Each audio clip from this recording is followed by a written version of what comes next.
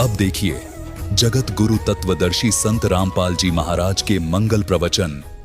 श्री कृष्ण जी में प्रवेश करके उसकी आत्मा को दबा के ये काल बोल गया सारे काम ने, और उसके निकलने के बाद फिर ओरिजिनल कृष्ण था वो क्या बोलता है दिखाता हूं आपको। देखिए ये संक्षिप्त महाभारत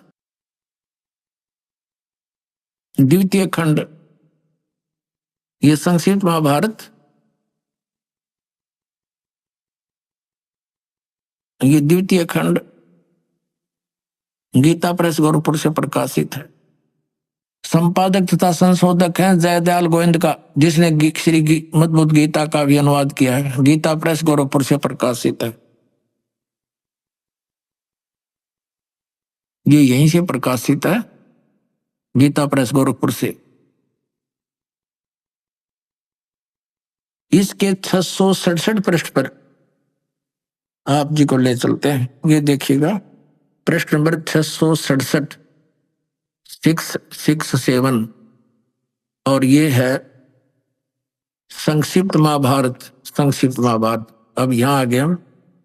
जन्मेजय ने पूछा, ब्रह्मन, शत्रुओं का नाश हो जाने के बाद जब महात्मा श्री कृष्ण और अर्जुन सभा में बैठकर वार्तालाप कर रहे थे उस समय उनमें क्या बातचीत हुई? तो वैशंपायन जी कहते हैं, कहा राजन, श्री कृष्ण के सहित अर्जुन ने जब अपने राज्य पर पूरा अधिकार प्राप्त कर लिया तो वे दिव्य सभा भवन में आनंद से रहने लगे। एक दिन सौजनों से घिरे हुए वे दोनों मित्र स्वेच्छा से घूमते घूमते सभा मंडप के ऐसे भाग में पहुंचे जो स्वर्ग के समान सुंदर था। पांडुनंदन अर्जुन श्री कृष्ण के साथ रहकर बहुत प्रसन्न थे। एक बार उन्होंने उस रमणीक सभा की ओर दृष्टि डालकर भगवान से ये वचन कहे, देवकी नंदन, जब युद्ध का अवसर उपस्थित था उस समय मुझे आपके महात्म का, अब यहां चर्चा हो रही है इनकी, महात्म का ज्ञान और ईश्वरीय स्वरूप का दर्शन हुआ था, किंतु केशव, आपने स्नेहवश पहले मुझे जो ज्ञान का उपदेश किया था वह सब इस समय बुद्धि के दोष से भूल गया है। उन विषयों को यानी गीता, श्रीमद् भगवत गीता के ज्ञान को सुनने के लिए बार बार मेरे मन में उत्कंठा होती है। इधर आप जल्दी ही द्वारका जाने वाले हैं, अतः पुण्य वह विषय मुझे सुना दीजिए। वैशंपायन जी कहते हैं, अर्जुन के ऐसा कहने पर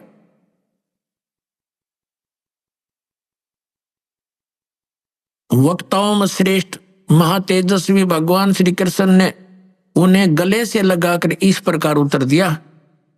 श्री कृष्ण बोले, अर्जुन, उस समय मैंने तुम्हें अत्यंत गोपनीय विषय का श्रवण कराया था, अपने स्वरूप भूत धर्म सनातन पुरुषोत्तम तत्व का परिचय दिया था और नित्य लोकों का भी वर्णन किया था, किंतु तुमने जो अपनी नासमझी के कारण उस उपदेश को याद नहीं रखा, यह जानकर मुझे बड़ा खेद हुआ। उन बातों को अब पूरा पूरा स्मरण होना संभव नहीं जान पड़ता।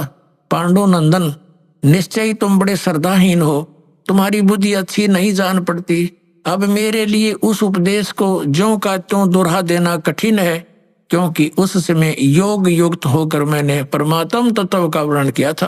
पुण्यात्मा, अब आपके कति समझ में आ जाएगी। योग ज्ञान दिखाता इंडिया ने बोला 1 बजे छोड़ा, सुबह ले गए थे पकड़ के रात के 1 बजे, तो वो बेकार होती है।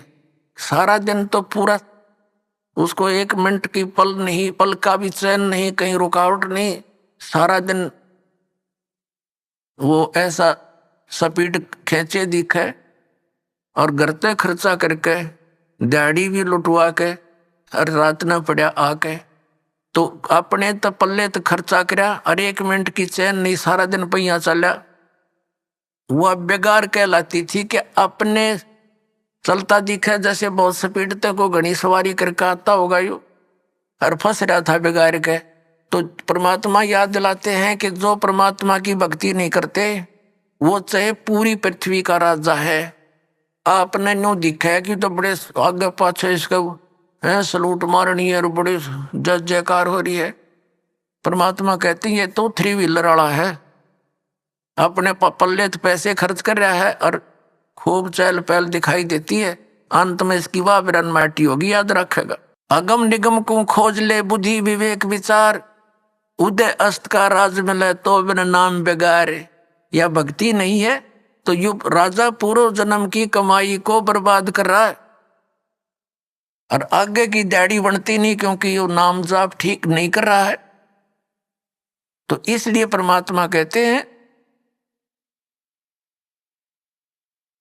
बिन उपदेश अचंभ है, ये क्यों जीवत है प्राण, भक्ति बिना का ठोर है, ये नर नाही पाषाण। परमात्मा कबीर परमेश्वर जी कहते हैं कि बिना उपदेश लिए, बगैर गुरु धारण किए ये मनुष्य, ये जीव किसको आधार मान के जी रहा है। मुझे इस चीज का आश्चर्य हो रहा है। और भक्ति बिना का ठोड़ है, ये नर नाही पाषाण, ये तो पत्थर हैं जब इस मनुष्य जीवन को बर्बाद कर रहे हैं। ना कोई आधार, यदि हम बच्चों को आधार मानते हैं तो हमारी ये मृत्यु हो जाती है, तो बच्चे हमारे कहाँ से हुए। हमारे सामने बच्चों की मृत्यु हो जाती है तो ये निराधार था, हमारा भूल थी हमारी कि हम इसीलिए जी रहे थे। हमारा आधार होना चाहिए मोक्ष, और मोक्ष के लिए पूर्ण संत की आवश्यकता होती है, सत भक्ति की आवश्यकता होती है।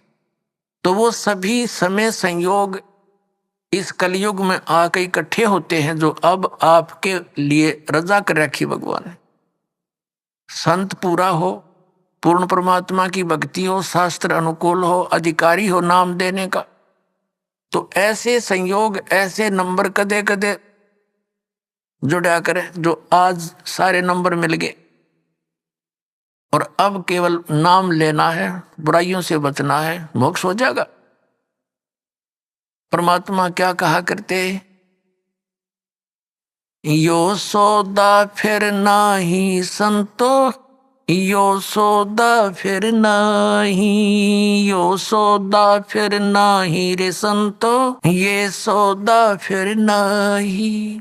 लोहे जैसा ताव जात है, लोहे जैसा ताव जात है, ये काया दे सराही रे संतो, यो सौदा फिर नाही, ये सौदा फिर नाही संतो, यो सौदा फिर नाही। ये मनुष्य जीवन का मिलना बार बार नहीं होता।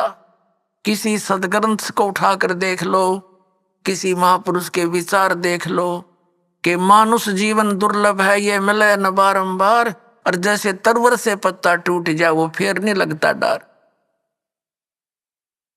परमात्मा कहते हैं कबीर साहब जी के इड़की दे दे रोएगी सुरता जो तू चलेगी अकेली। जिस परिवार के लिए तू सारा दिन केवल इस पशु जैसे कर्म में ही लीन रहता है, और जब तेरी मृत्यु होने का समय आ जाएगा, अचानक बीमारी भयंकर हो जाती है लाइलाज, फिर वो सोचता है कि अब मेरा क्या हो बनेगा भगवान, मेरे बच्चे रह गए, इनका क्या होगा। परमात्मा कहते हैं तू भक्ति कर, मेरी शरण में आ, तेरी आयु भी बढ़ाऊंगा, तेरे बच्चों की भी रक्षा करूंगा। इसलिए भगवान की खोज हम कर रहे थे, भक्ति कर रहे थे कि हमारा ऐसा बुरे टाइम में भगवान मदद किया करता है। तो परमात्मा कहते हैं तू मेरी शरण में आर, फिर लग ढंग से। कहते हिड़की दे दे रोएगी सुरता, आत्मा को कह रहे हैं जब तू चल लेगी अकेली। अभी आपने सुने संत रामपाल जी महाराज के मंगल